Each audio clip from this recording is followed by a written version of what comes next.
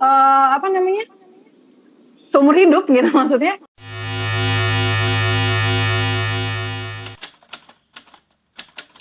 Assalamualaikum, halo teman-teman. Ini ada sisi menarik pembahasan UU Cipta Kerja bersama KJB dan peneliti LIPI. Bisa disimak walaupun sedikit terputus-putus karena sinyal jelek. Semoga bermanfaat dan ya silakan like, share, dan komen yang positif. Terima kasih. Selamat menyimak.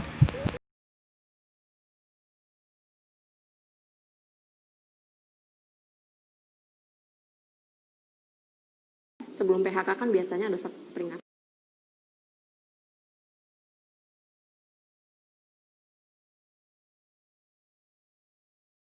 Nih, tapi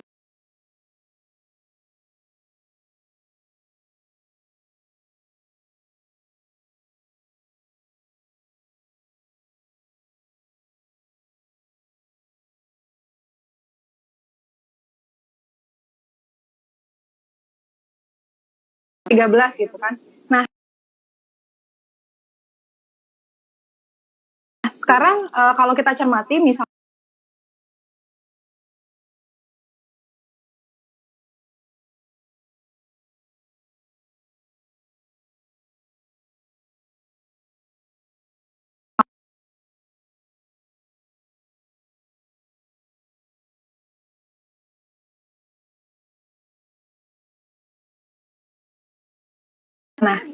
gitu. Nah,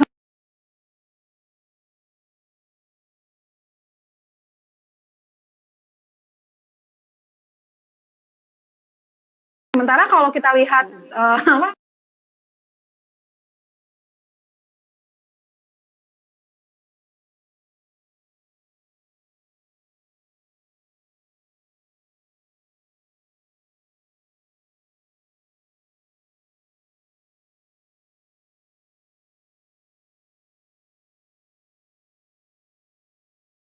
waktu itu ya. karena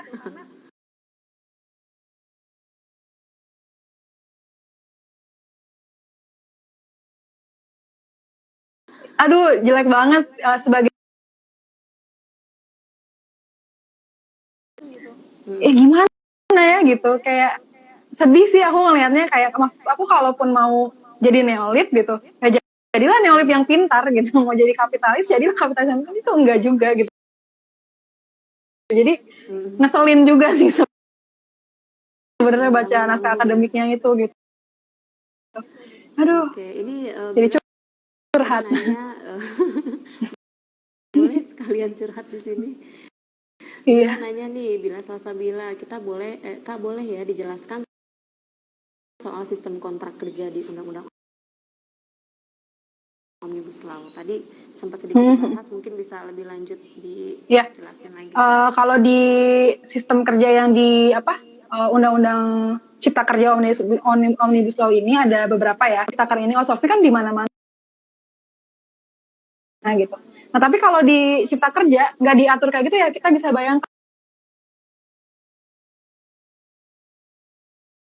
dong nanti bisa di mana dong, maksudnya bisa di semua hal, makin marak gitu kan. Nah, kemudian soal kontrak gitu kan. Nah, di Undang-Undang Cipta Kerja ini diatur bahwa kontrak itu tidak ada batas minimumnya. Jadi ya bisa aja seumur hidup gitu, maksudnya nggak ada ketentuan harus berapa gitu, minimal itu berapa. Kan dibilangnya hoax tuh sama pemerintah.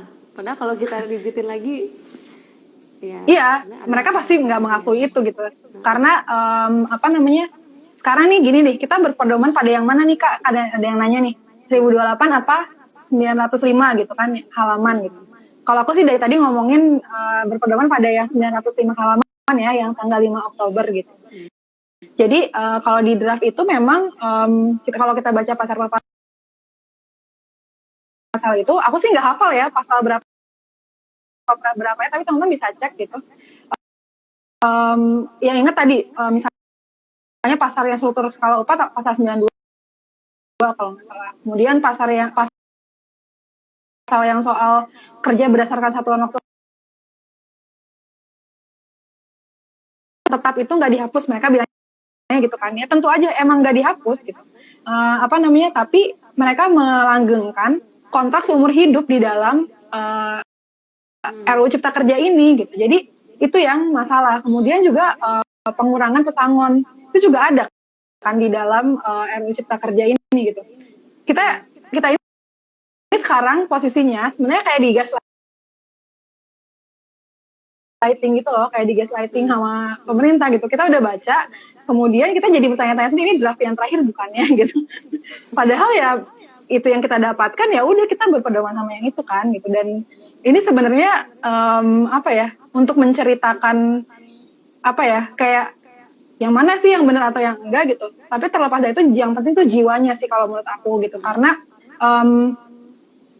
ini tuh bukan hal yang baru gitu. Ini tuh adalah hal yang selalu diupayakan dari waktu ke waktu, dan sekarang aja momennya mungkin buat mereka untuk membuat undang-undangnya gitu. Jadi kalaupun nanti misalnya amin gitu ya ini dibatalkan, kita juga belum tentu bisa berlega hati, karena bisa jadi di masa depan ya akan dibuat lagi undang-undang semacam ini gitu. Kan kita udah punya presidennya dulu, ya kan, waktu BHP. Iya. BHP. Jadi kita nggak gitu. bisa ya sebenarnya ya kalau misalnya Asvin YLBH itu kan pernah bilang kemarin terus bahwa ya undang-undang ini aja udah cacat hukum gitu nih, seperti yang Mbak Deni bilang nih. Ya gimana kita mau menempuh jalur konstitusi gitu kan, kita misalnya ke MK gitu, kalau artinya kita mengakui ini produk hukum gitu kan, tapi padahal sebenarnya prosesnya aja udah cacat hukum gitu. Terus ini yang tadi udah dijawab ya, yang 1028 atau 905. Terus Omnibus Law ini ya Phil, sebenarnya mendesak nggak sih? Maksudnya ya kita terlepas dari hal ini ya, transparansi, partisipasi publik dan lain sebagainya, pemahaman saya sebetulnya Omnibus Law itu kan bukan undang-undang yang harus mendesak gitu untuk dibuat dan disahkan gitu. Kapan sebetulnya Omnibus Law itu diperlukan gitu, penyederhanaan atau pemangkasan yang diperlukan hingga akhirnya pemerintah harus memutuskan untuk dibuatkan undang-undang Omnibus Law ini? Kalau aku bukan orang hukum ya, bukan pakar yang mengerti banget tentang hukum, tapi secara politik sebenarnya yang dibutuhkan itu adalah undang-undang yang melindungi lingkungan hidup, maksudnya undang-undang yang melindungi kelas pekerja, itu aja gitu. Kalau misalnya masalahnya metodenya, misalnya kan Omnibus Law itu setahu aku metode hukum gitu. Kalau diperlukan misalnya dalam bentuk Omnibus Law di masa depan, tapi tujuannya untuk melindungi lingkungan hidup, untuk melindungi kelas pekerja, ya tentunya nggak masalah gitu, karena itu kan hanya metode gitu. Tapi kan ini sekarang Omnibus Law Cipta Kerja ini kan nggak melindungi pekerja dan nggak melindungi lingkungan gitu. Jadi itu yang masalahnya gitu. Kalau menurut aku sih substansinya gitu, apa yang penting itu adalah substansinya gitu. Kalau metode-metode hukum aku kurang begitu ngerti sih sebenarnya, karena itu kan pakar hukum lah. Iya. Ini Kak Sonia nih nanya nih dia. Kason apa nih? Suara aku bergema ya? Enggak sih kalau di aku. Dan aku kecilin dia tertulis artinya balik ke undang-undang awal yang mengatur atau artinya tidak diatur. Nah ini kan lebih bahaya ya, kalau nggak diatur gimana gitu. Kalau misalnya balik ke yang mengatur, berarti kan bisa karet banget ya, kayak misalnya karena ada nanti diturunkan di PP, nanti ada balik ke undang-undang, jadi kan ada kebingungan juga gitu kan nanti dalam menerapkan ini, dan ini berpotensi untuk jadi celah nih biasanya untuk pengusaha sebagai kelas yang lebih berkuasa gitu ya saat ini, jadi untuk memakai ini sebenarnya gitu untuk merugikan kelas kerja gitu, dan itu yang bahaya gitu, apalagi kalau nggak diatur. Dan ini memang tujuan dari RUU Cipta Kerja ini kan kelihatan banget ya, negara ingin mengurangi peran mereka gitu untuk melindungi buruh gitu, dan mereka ingin lepas tangan aja gitu, karena kayak tadi aja kan struktur skala upah ditentukan oleh perusahaan gitu kan.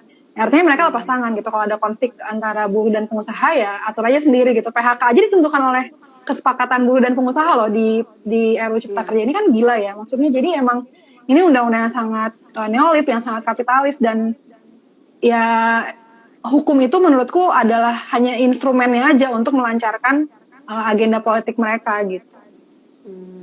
Oke, Phil.